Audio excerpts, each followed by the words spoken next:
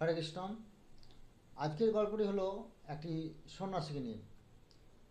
তো কাশী, প্রয়াগ, হরিদ্বার এইসব জায়গায় এক ধরনের সন্ন্যাসী আছে।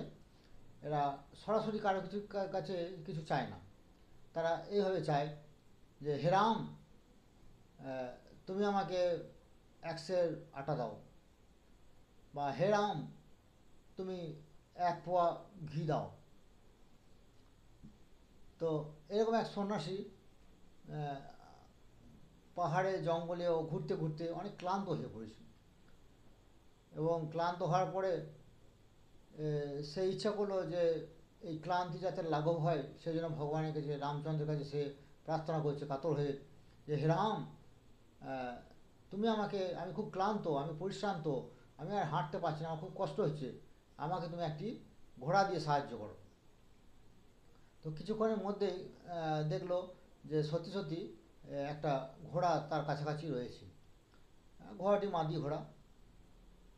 তো সে তখন ঘোড়াটিতে চাপার জন্য তখন গাছের লতা পাতা এসব ছিঁড়ে সে একটা লাগাম করলো, যে লাগামটা বেঁধে সে ঘোড়াতে চাপবে।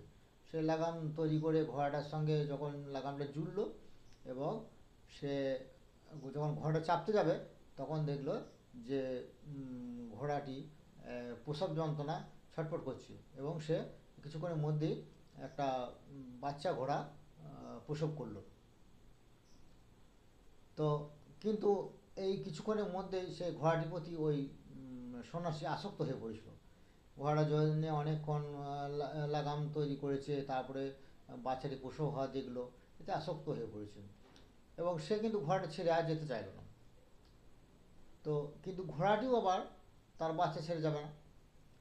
তখন সে সন্ন্যাসী করলো কি, ঘোড়ার বাচ্চাটি সে কোলে করে নিয়ে আস্তে আস্তে হাঁটতে লাগলো। এমনিতেই সে ক্লান্ত ছিল, পরিশ্রান্ত ছিল, উপরন্তু সে ঘোড়ার বাচ্চাটি নিয়ে আবার এমনি হাঁটছিল, এবার আবার বাচ্চাটি নিয়ে আরও কষ্ট হতে লাগলো, তাই বাচ্চা নিয়ে হাঁটতে লাগলো, আরও কষ্ট হতে লাগলো, এবং মাদি ঘোড়াটি তার পিছন পিছন যেতে লাগলো।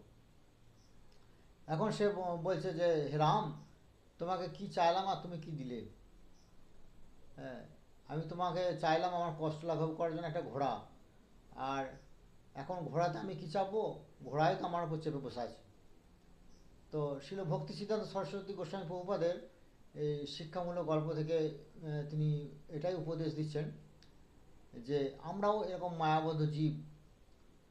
আমরা একটু সুখের আশায় আমরা এই ভব সংসারে প্রবেশ করি, কিন্তু আমরা দুঃখের সাগরে নিমজ্জিত হই।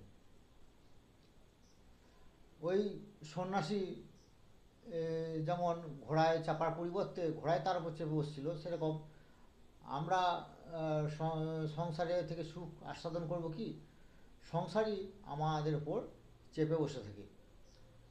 তাই আমাদের উচিত যে আসক্তি শূন্য হয়ে, সমস্ত আসক্তি সংসারের প্রতি আসক্তি, সংসার করলাম ঠিক আছে, বা না করলাম বা করলাম, তো সংসারের প্রতি আসক্তি শূন্য হয়ে ভগবান রামের প্রতি, রামের সেবায় আত্মনিয়োগ করা। হরে কৃষ্ণ। গল্পটি ভালো লাগলে অবশ্যই কমেন্টের মাধ্যমে জানান। হরি বল।